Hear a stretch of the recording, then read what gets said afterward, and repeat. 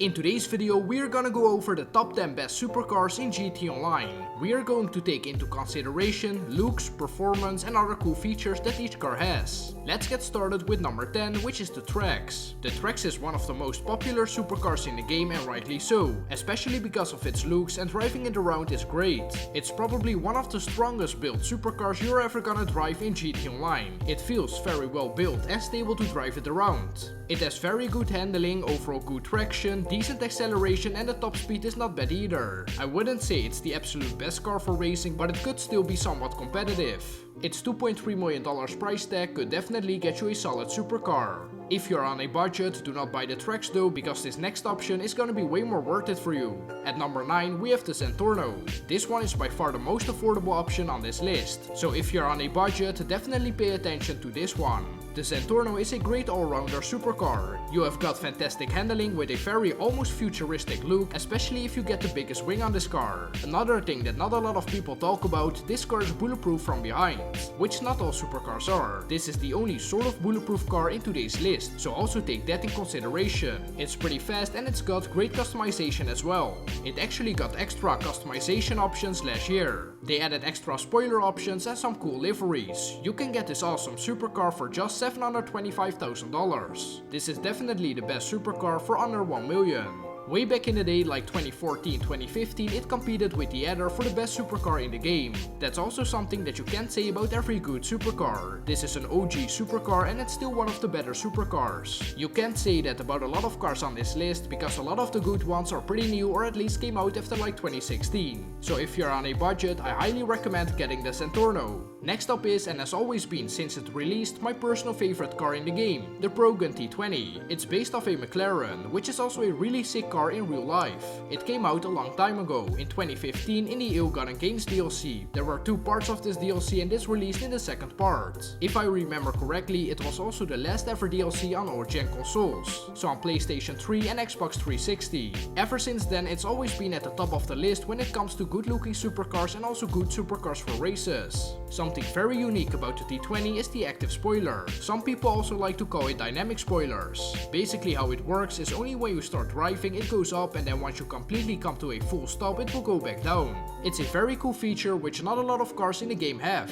It looks really cool and the T20 looks super nice in general. It's the complete opposite of the Zentorno. The T20 is curvy while the Zentorno has some more sharp shapes. For me, the T20 is one of the most nostalgic cars in GT Online, together with the Adder and Zentorno I would say. The engine sound of it sounds really cool and it's actually very good around the track, especially going around corners. It's amazing for races, but if you are doing a race that has a lot of straight driving without really any corners, I wouldn't use this car. At top speed, it's not the greatest option. The car's top speed is 123 miles per hour or 198 kilometers per hour, which is pretty good, but it doesn't even make it in the top 10 list for the fastest cars in the game right now. A couple months ago, I covered the top 10 fastest cars in GT Online, so if you want to know which one is the fastest car in GT Online, I recommend watching that. Even though it's an older car, the T20 doesn't come cheap. Its price tag is $2.2 million and that's without upgrades. Staying with the Progun brand, next we have the Progun Amarus. Now while the Amarus is the same car brand as the T20, it's very different than the T20. Performance wise, the Amarus is faster, especially when it comes to top speed, but I would say it's a little less good when it comes to going around turns. The T20 would be better for races with a lot of turns and a lot of sharp ones as well, but the Amarus would be a lot better for races where you just drive straight without a lot of corners. Regardless, overall the Amarus is a better supercar. You can also notice that in the price change.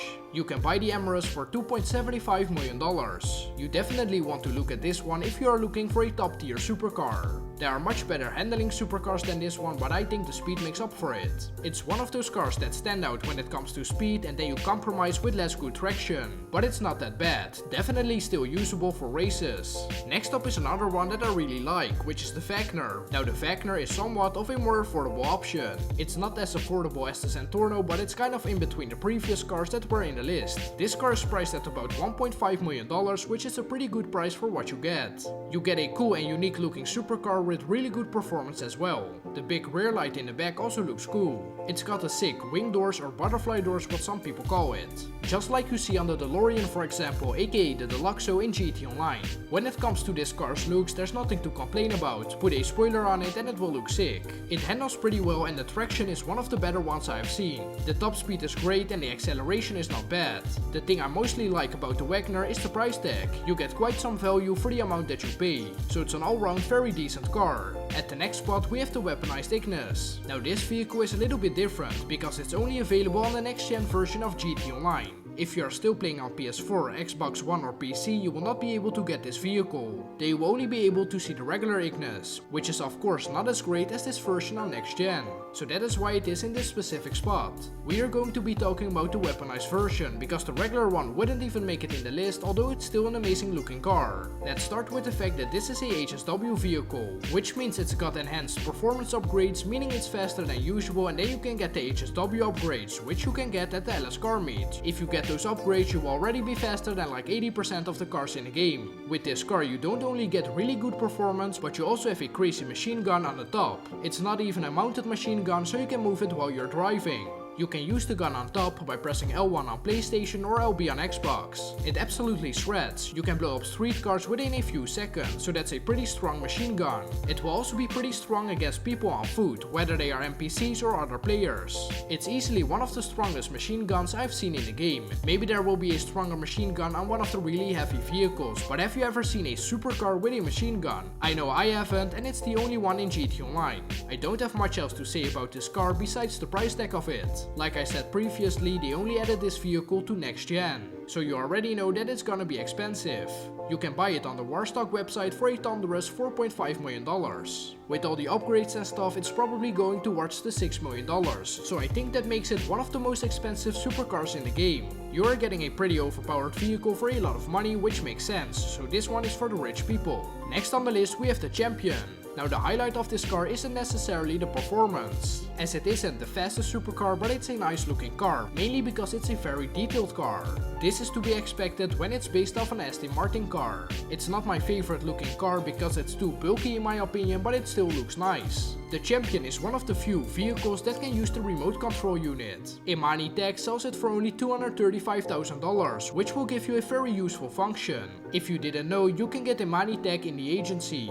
You can now control the Champion anywhere on the map without you actually being inside the car. So you can literally drive around and run players over without you dying. That's actually a pretty overpowered feature of this car. It also has the option to get the missile lock-on jammer. With this option, griefers will now have a hard time killing you because they cannot lock onto your car. Most of them use the Oppressor Mark II and they can hardly hit you with the rocket if it doesn't lock on. You will have to pay $400,000 to install a missile jammer. Keep in mind that you have to choose between the missile jammer and remote control unit. You can also get extra armor plating so that you can withstand rockets. All these upgrades are very useful, the performance is solid and that's why I squeezed it in the list. Following the Champion we have the Torero XO. This is a pretty recently added supercar, it came out within the past year. I think it's a very gleaming and futuristic looking supercar, and a pretty cool feature of it is the pop-up headlight, or what I like to call them flip-eye headlights. You never see this feature on supercars. In fact, the only other cars that have the pop-up headlights are the Cheetah Classic and the Turismo Classic, so two cars from the Sports Classic class. It's easily one of the cleanest looking supercars in the game if you put a nice paint job on it, maybe like a cool chameleon color, although I know the diehard car fans don't like those colors. Keep it clean and your car will look stunning.